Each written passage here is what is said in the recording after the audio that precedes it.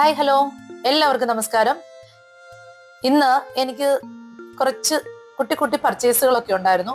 അപ്പൊ അതിനായിട്ട് ഞാനും എൻ്റെ രണ്ടാമത്തെ മോനും കൂടെ അവന്റെ എക്സാം ഒക്കെ കഴിഞ്ഞിരുന്നത് കൊണ്ട് അവനുമായിട്ട് ഇങ്ങനെ ലുലുവിൽ കറങ്ങി ഇറങ്ങിയതാണ്. ഓരോന്നും നോക്കി എടുത്തൊക്കെ വരുവാണ്.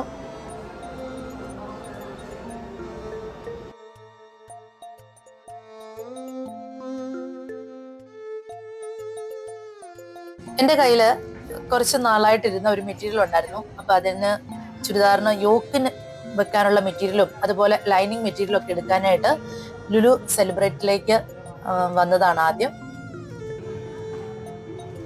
അങ്ങനെ അതൊക്കെ കഴിഞ്ഞിട്ട് ഹൈപ്പർ മാർക്കറ്റിലേക്ക് കയറി. അപ്പൊ ഞാൻ വിചാരിച്ചു ഇന്നത്തെ വീഡിയോയിൽ വീട്ടിലേക്ക് വാങ്ങിക്കുന്ന സാധനങ്ങളൊക്കെ എങ്ങനെയാണ് മീൽ പ്രിപ്പയർ ചെയ്ത് ഫ്രിഡ്ജിൽ സൂക്ഷിക്കുന്നതെന്നും അതുപോലെ അല്ലാതുള്ള ഐറ്റംസ് ഒക്കെ എങ്ങനെയാണ് വെക്കുന്നതെന്നും ഒക്കെ നിങ്ങളുമായിട്ട് ഷെയർ ചെയ്യാമെന്ന് വിചാരിച്ചു. അപ്പൊ ഞാൻ ആദ്യം തന്നെ ഫിഷിന്റെ ഏരിയയിലേക്കാണ് വന്നത്. ഇന്ന് സെക്കൻഡ് സാറ്റർഡേ ആയിരുന്നു, അത് ഞാൻ ഓർത്തില്ല. അപ്പൊ അതുകൊണ്ട് തന്നെ നല്ല റഷ് ഉണ്ടായിരുന്നു. അപ്പൊ ഞാൻ വിചാരിച്ചു ഫിഷ് കട്ട് ചെയ്യാനൊക്കെ സമയം എടുക്കുമല്ലോ എന്ന് വിചാരിച്ചിട്ട് ഇങ്ങനെ അരപ്പ് പുരട്ടി വെച്ചിരിക്കുന്ന ഫിഷിന്റെ 2-3 എടുത്തു.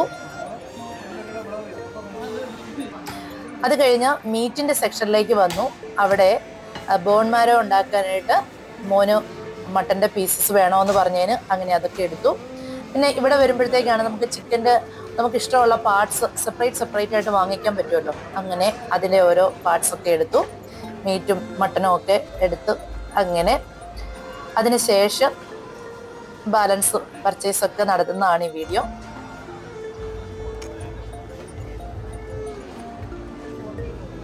ക്യാഷ് കൗണ്ടറിന്റെ തിരക്ക് കണ്ടോ. സെക്കൻഡ് സാറ്റർഡേ ആയതുകൊണ്ട് തന്നെ വെജിറ്റബിൾസിന്റെയും ഫ്രൂട്ട്സിന്റെയും ഒക്കെ സെക്ഷനിൽ നല്ല തിരക്കുണ്ടായിരുന്നു. അപ്പൊ അതുകൊണ്ട് തന്നെ ഞാൻ അത്യാവശ്യം ചെറിയ കുറച്ച് സാധനങ്ങൾ അവിടെ നിന്ന് എടുത്തിട്ട് ബാക്കി നെക്സ്റ്റ് ഡേ വന്നിട്ടാണ് എടുത്തത്. കാരണം നല്ല റഷ് ഉണ്ടായിരുന്നു ബില്ലടിക്കാനൊക്കെ.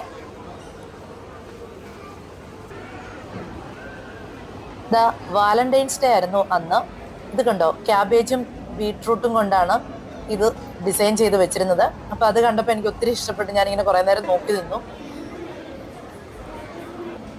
അങ്ങനെ 2 ദിവസമായിട്ട് സാധനങ്ങളൊക്കെ വാങ്ങിയത് എടുത്തു വെക്കുവാണ്. ഫ്രൂട്ട്സും വെജിറ്റബിൾസും ഒക്കെ കൂടുതലും ഞാൻ നെക്സ്റ്റ് ഡേ ആണ് വാങ്ങിയത്.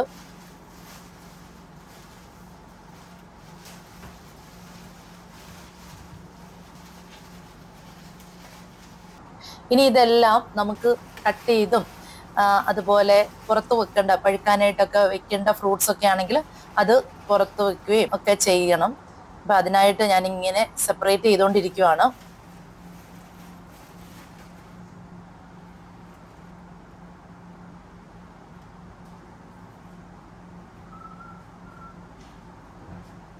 മീറ്റും ഫിഷും ഒക്കെ ആദ്യത്തെ ദിവസം തന്നെ വാങ്ങിയത് കൊണ്ട് തന്നെ ഞാനതെല്ലാം കഴുകി സെപ്പറേറ്റ് ചെയ്ത് ബോക്സസിനകത്താക്കി ഫ്രീസറിൽ വെച്ചു.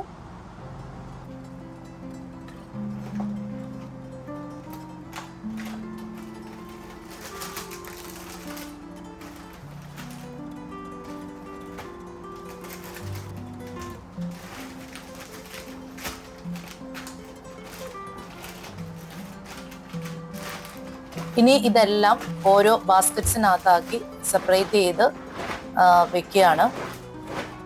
ഇതെല്ലാം ഞാൻ യൂട്ടിലിറ്റി ഏരിയയിലാണ് വെക്കുന്നത്. ബ്രെഡൊക്കെ ഈ കിച്ചണിൽ തന്നെയാണ് വെക്കുന്നത്.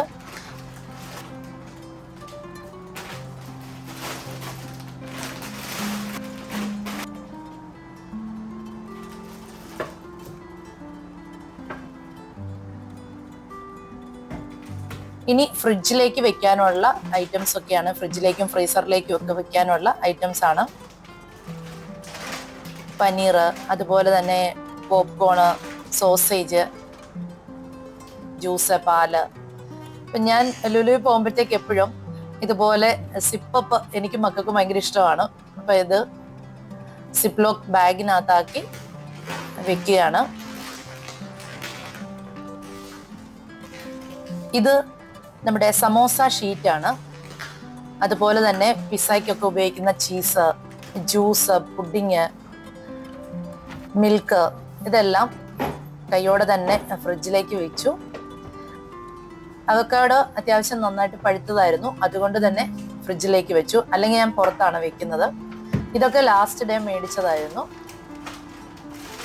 ഇനി ഇതെല്ലാം പൊടികളെല്ലാം ബാസ്ക്കറ്റ്സിനകത്തേക്ക് വെക്കുവാണ്. അപ്പൊ ഇത് നമുക്ക് തീരുന്നതിനനുസരിച്ച് പെട്ടെന്ന് തന്നെ മനസ്സിലാക്കാനായിട്ട് പറ്റും, ബാസ്ക്കറ്റ്സിൽ വെച്ചിരിക്കുന്നത് കൊണ്ട് തന്നെ.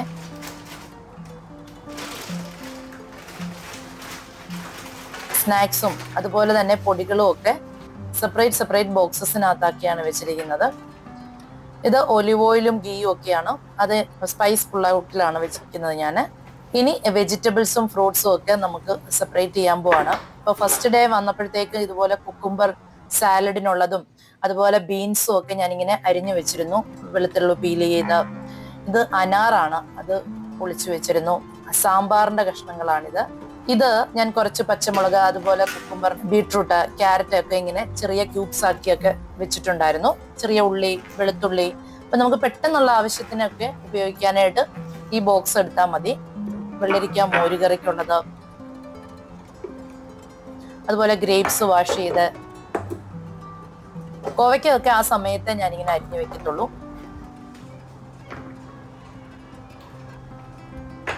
അങ്ങനെ ഇനി ബോക്സിനകത്താക്കിയത് ഫ്രിഡ്ജിലേക്ക് വെക്കുകയാണ്. ഇതൊക്കെ ഞാൻ ഫസ്റ്റ് ഡേ മേടിച്ചതായിരുന്നു.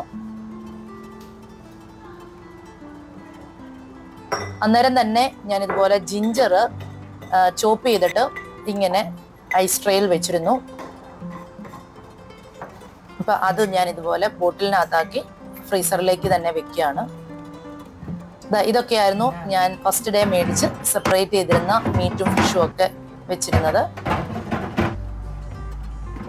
എൻ്റെ ഫ്രിഡ്ജിന്റെ താഴത്തെ സെക്ഷൻ രണ്ടും ഫ്രീസർ തന്നെയാണ്. നമുക്ക് വേണമെങ്കിൽ ഒരു ഭാഗം ഫ്രിഡ്ജായിട്ട് കൺവേർട്ട് ചെയ്യാം. ഞാൻ രണ്ടും ഫ്രീസറാക്കി തന്നെയാണ് വെച്ചിരിക്കുന്നത്.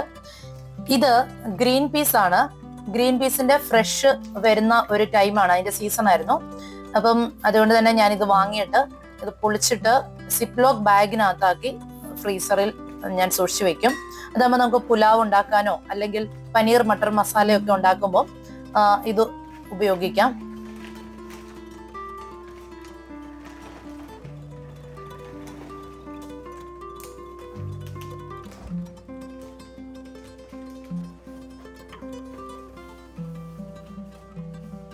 ഇതുപോലെ ഒരു ക്ലോത്ത് വിരിച്ചിട്ട് അതിന്റെ മുകളിൽ വെച്ച് നമുക്ക് വെജിറ്റബിൾസ് ഒക്കെ കട്ട് ചെയ്യുവാണെങ്കിൽ നമ്മുടെ കൗണ്ടർ ടോപ്പ് ചീത്തയാകാതെ നമുക്ക് നീറ്റായിട്ട് എടുക്കാനായിട്ട് പറ്റും.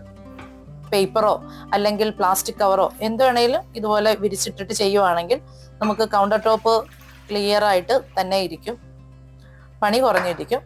വെജിറ്റബിൾസ് ഒക്കെ വാങ്ങിക്കൊണ്ട് വന്നതിന് ശേഷം നമ്മളൊരു 1 മണിക്കൂർ 1.5 മണിക്കൂർ ഒന്ന് ബുദ്ധിമുട്ടി കഴിഞ്ഞാൽ ആ വീക്ക്ലി ഉള്ള പ്ലാൻ നല്ല രീതിയിൽ ഒട്ടും വേസ്റ്റേജ് വരാതെ, വെജിറ്റബിൾസ് ഒന്നും വേസ്റ്റ് ആയി പോകാതെ, വാടി പോവുകയോ ചീത്തയായി പോവുകയോ ഒക്കെ ചെയ്യാതെ നമുക്ക് എടുക്കാനായിട്ട് എളുപ്പമാണ്. മുമ്പ് ഞാനിങ്ങനൊന്നും ചെയ്യാതിരുന്നപ്പോഴത്തേക്ക് നമ്മുടെ ഫ്രിഡ്ജിൽ പല സാധനങ്ങളും ഇരുന്ന് ചീത്തയായി പോകും, ചിലത് നമ്മൾ കാണാതെ പോകും. അപ്പം അത് എൻ്റെ ഒരു എക്സ്പീരിയൻസ് നിങ്ങളുമായിട്ട് ഷെയർ ചെയ്തതാണ്. നെക്സ്റ്റ് പംകിൻ ആണ് എടുക്കുന്നത്. ഈ പംകിൻ ഒക്കെ എന്ന് പറഞ്ഞാൽ ഇത് കട്ട് ചെയ്യാനായിട്ട് കുറച്ച് ആയാസം വേണ്ട ഒരു കാര്യമാണല്ലോ. അപ്പൊ അത് നമ്മൾ നേരത്തെ തന്നെ കട്ട് ചെയ്ത് വെക്കുകയാണെങ്കിൽ നമുക്ക് കറി വെക്കാൻ നേരം മടി തോന്നാതെ പെട്ടെന്ന് തന്നെ എടുത്ത് ചെയ്യാൻ പറ്റും. ഇതുപോലെ കട്ട് ചെയ്തതിന് ശേഷം ഒരു ടിഷ്യൂ പേപ്പറും കൂടെ ഇട്ട് വെച്ചിട്ട് ഞാൻ ഫ്രിഡ്ജിലേക്ക് വെക്കുന്നതിന് മുമ്പായിട്ട് ഇങ്ങനെ കമഴ്ത്തി വെക്കും. അതാവുമ്പം വെള്ളം എന്തെങ്കിലും ഉണ്ടെങ്കിൽ തന്നെ അത് ആ ടിഷ്യൂയിലേക്ക് തന്നെ പിടിച്ചോളും. ഇനി അവിയലിനുള്ള പീസസ് ആണ് കട്ട് ചെയ്ത് വെക്കുന്നത്.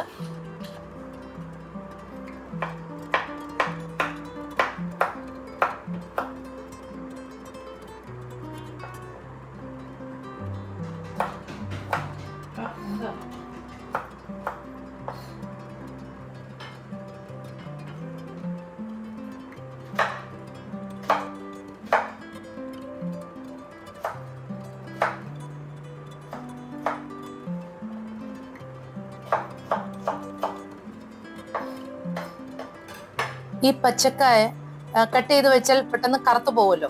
അപ്പൊ അത് പോകാതിരിക്കാൻ വേണ്ടി കുറച്ച് വെളിച്ചെണ്ണ, ഏതെങ്കിലും ഓയില് ഇതുപോലെ ഇതിലേക്കൊന്ന് പുരട്ടി വെച്ച് കഴിഞ്ഞാൽ നല്ല ഫ്രഷ് ആയിട്ട് ഫ്രിഡ്ജിൽ കീപ്പ് ചെയ്യാനായിട്ട് പറ്റും കേട്ടോ. ഞാൻ ചെയ്തു നോക്കി, അങ്ങനെ കറക്റ്റായി വന്ന കാര്യങ്ങളാണ് ഞാൻ പറയുന്നത്. അങ്ങനെ അതൊക്കെ കട്ട് ചെയ്ത് കഴിഞ്ഞു. ഇനി ടൊമാറ്റോ അതുപോലെ ഉരുളക്കിഴങ്ങൊക്കെ ആ സമയത്ത്, അവിയൽ വെക്കുന്ന ആ സമയത്ത് മാത്രമേ ഞാൻ കട്ട് ചെയ്ത് കൊടുക്കാറുള്ളൂ.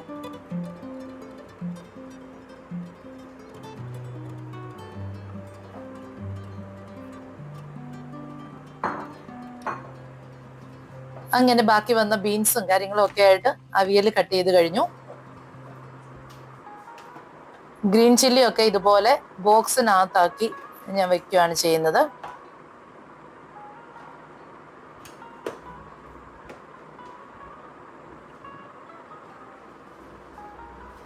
ഇനി ബ്രൊക്കോളി കട്ട് ചെയ്ത് വെക്കുകയാണ്. സ്റ്റീംഡ് വെജിറ്റബിൾസ് ഒക്കെ ഞാൻ ചെയ്യാറുണ്ട്. അപ്പം അതിനു വേണ്ടി ഇതുപോലെ സെപ്പറേറ്റ് ചെയ്ത് ടിഷ്യൂ ഒക്കെ ഇട്ട് അങ്ങനെ വെച്ചു.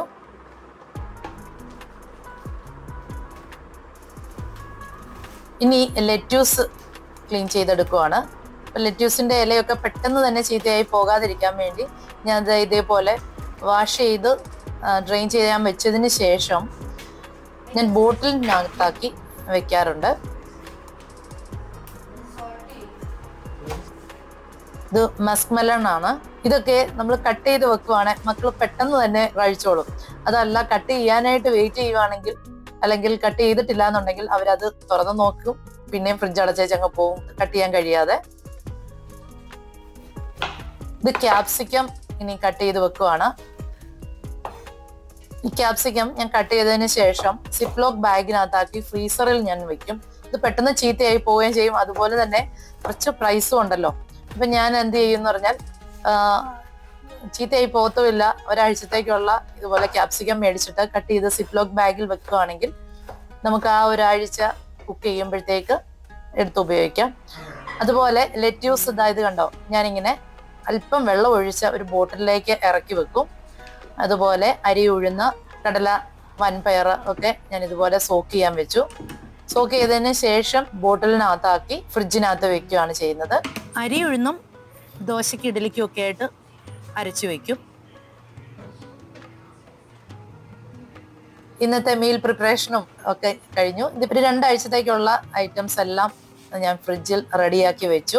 അപ്പം നമുക്ക് കടല വെള്ളത്തിലിടാനായിട്ട് മറന്നു പോവുക, പയറ് വെള്ളത്തിലിടാൻ മറന്നു പോവുകയൊക്കെ ചെയ്യാതിരിക്കാൻ വേണ്ടി നമ്മൾ ഇതുപോലെ തന്നെ ഒന്നിച്ച് എല്ലാം വെള്ളത്തിലിട്ടതിന് ശേഷം സോക്ക് ചെയ്തതിന് ശേഷം ഫ്രിഡ്ജിൽ വെക്കുകയാണെങ്കിൽ നമുക്ക് പെട്ടെന്ന് എടുത്ത് യൂസ് ചെയ്യാനായിട്ട് എളുപ്പമായിരിക്കും.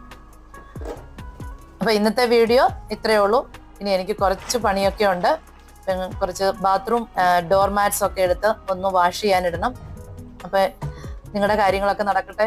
അപ്പം എല്ലാം പറഞ്ഞതുപോലെ thanks for watching. Next video നമുക്ക് കാണാം. ഈ വീഡിയോ നിങ്ങൾക്ക് ഇഷ്ടപ്പെട്ടുവെങ്കിൽ നിങ്ങളുടെ പ്രിയപ്പെട്ടവർക്കും ഷെയർ ചെയ്യുക. അതുപോലെ തന്നെ സബ്സ്ക്രൈബ് ചെയ്യാതെ കാണുന്നവരാണെങ്കിൽ സബ്സ്ക്രൈബ് ചെയ്യുക, ലൈക്ക് ചെയ്യുക, കമൻറ്റ് നിങ്ങളുടേത് അത്യാവശ്യമാണ്. നിങ്ങൾക്ക് ഏത് ടൈപ്പ് വീഡിയോ ആണ് എൻ്റെ അടുത്തുനിന്ന് കാണാൻ ഇഷ്ടമെന്നുള്ളതും അറിയിക്കുക. അപ്പം നെക്സ്റ്റ് വീഡിയോ നമുക്ക് കാണാം. Thanks for watching. ബൈ.